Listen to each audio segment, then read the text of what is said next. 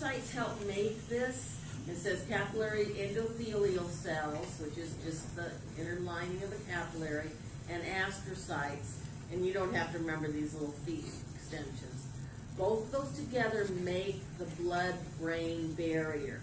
So again, capillaries with the astrocytes make it less permeable. That's the big key here. It makes these capillaries less permeable. What does that mean? It makes it so that you don't have flow of waste products and different bacteria and viruses into your brain. Now, certain infections still can get into your brain, but again, in general, is protected more than any other part of your body. So this, again, microscopic protection for your brain. I'm not that concerned that you know that these three areas don't have it. Okay, so you can skip that little part. But know what it is. Again, capillaries and astrocytes. And what are they doing? Making those capillaries less permeable. You said That's we important. don't need to know about the perivascular feet. You don't have to worry about the feet. Just know, again, capillaries and the astrocytes, and it's making it less permeable. We have less flow. So here, again, it's just showing the astrocytes with the capillary.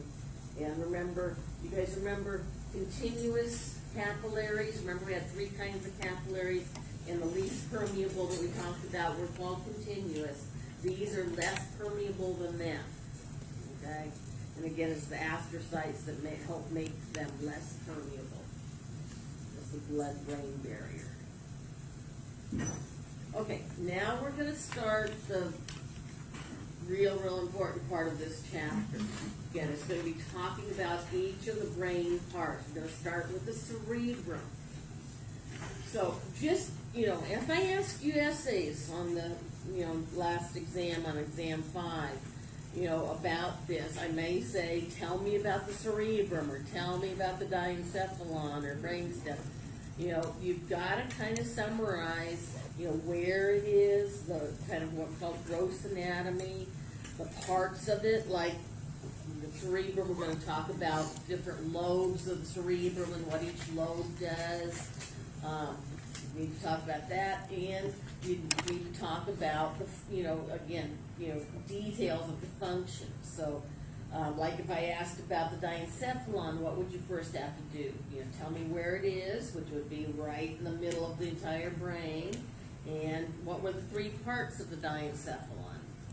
The epithalamus, the thalamus, thalamus, and the hypothalamus. And you'd have to tell me about each part and all the functions of each part. So again, there will be essays like that.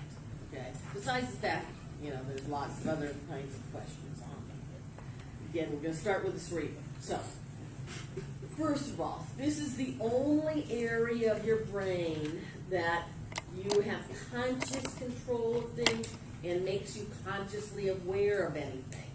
So this is your conscious brain. Okay, it's the only part of the brain that, again, you're controlling things like movement and so forth.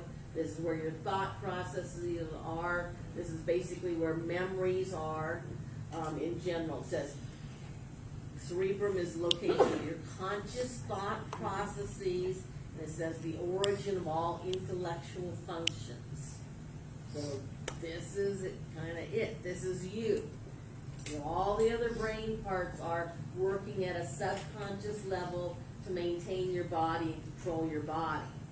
But, again, thought processes, memory, emotions, this is basically it. Okay? There are a few other parts that are involved with some things like emotions and so forth, but memory. But this is it as far as consciousness. It says the cerebrum contains a large number of neurons, and when we say large number, we're talking millions, billions, of neurons, so very large number.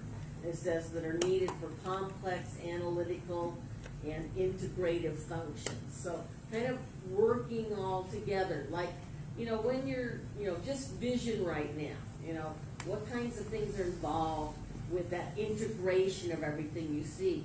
You have to have like memory of colors and memory of faces and different patterns like striped or, all of that is kind of memory stuff, all coming together. That's all what we call integration functions. Again, all this is cerebrum. Okay, now, we did not learn all that embryology. So there's a few terms as we go along here that I'll kind of have to explain to you or we'll skip. In this case, right here, it says the cerebrum is formed from the telencephalon. You don't need to remember that, okay, because we didn't do that part. Now, this next sentence is pretty important. It says the outer layer is called the cerebral cortex, and it's gray matter. Now, again, cortex is when you look at those brain models or you look at the sheep brains, that's what you see on the cerebrum, is the cortex. Below that is going to be white matter and then some more gray matter that's real deep. But what you see is the cerebral cortex. So when you're looking at a cerebral hemisphere, all that you see on the outside is the cortex. And the cortex is in folds, isn't it? What's the ridge of a fold called? The The gyrus, and the actual Sulcus. indentation or groove is a Sulcus. sulcus. So those are parts of the cortex, the gyri and sulci.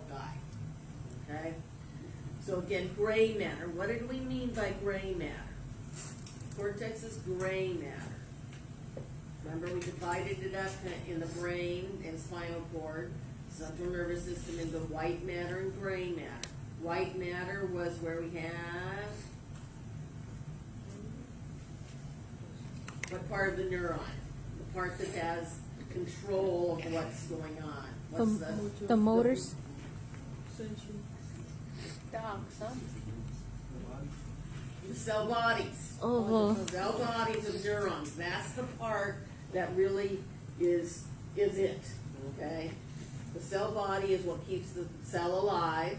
The other parts are for communication, or what sometimes I call the highways, where we're connecting to other cells. And then synapsing certainly is very important, because if one can't talk to another, then it doesn't matter, what that cell is doing. They have to be able to talk to each other. But, what do we have? The gray matter is accumulation of groups of cell bodies. And remember, a group of cell bodies we call a nucleus when we're talking about the central nervous system. Again, all those terms are terms in that chapter we just finished, and they're really important. So a nucleus, when we're talking about the brain, is an area of a particular function. So when we look at the different lobes here in just a minute, we're going to just point to a few places in the lobes and only learn a few of the functions of each of these lobes. But, when we say that this area is for vision, what is it? It's an area of nerve cell bodies, neuron cell bodies, or a nucleus. We can talk about it that way. Or we can even say a functional area. Again, those cells perform this particular function. So we're going to talk about, like, the occipital lobe is for vision primarily. So again, when you're seeing something, what part of the cell is doing that function? The cell bodies, okay? And cell bodies in the central nervous system are called, areas of cell bodies, I should say, are called gray matter. So I remember, probably nobody's parent says this anymore, but when I did something stupid when I was a kid, which I don't remember doing anything stupid, but I guess I did, my parents would say, use your gray matter, which at the time meant nothing, to you. And I'm sure nobody even says that anymore. But, it comes up now. Use your gray matter means what? To think. Use those cells. Use those cell bodies of the neurons. So use that brain area. So again, gray matter. Functional areas. Think functional areas. Does something. Okay? White matter is what? First of all, when we talk about white matter in the central nervous system, what is it? What makes it white? Let's start with that. myelin. So it's myelinate. What is myelinated? What part of the neuron is myelinated? Axons. So when you think white matter, think myelinated axons. And so remember, axons can be long structures, and what are they for? Communication between one cell body and another. You know, it's taking that electrical information down it quickly if it's myelinated. And you know, what's at the end of an axon, guys? The terminal. Axon terminals. There you go. Yeah, which release The neurotransmitters? neurotransmitters, which are chemicals that talk to or stimulate another neuron. So axons are very important too. And again, they're what we call white matter. When they're grouped together, they're white matter. We also call those groups tracts in the central nervous system. Again, all terms we learned in the last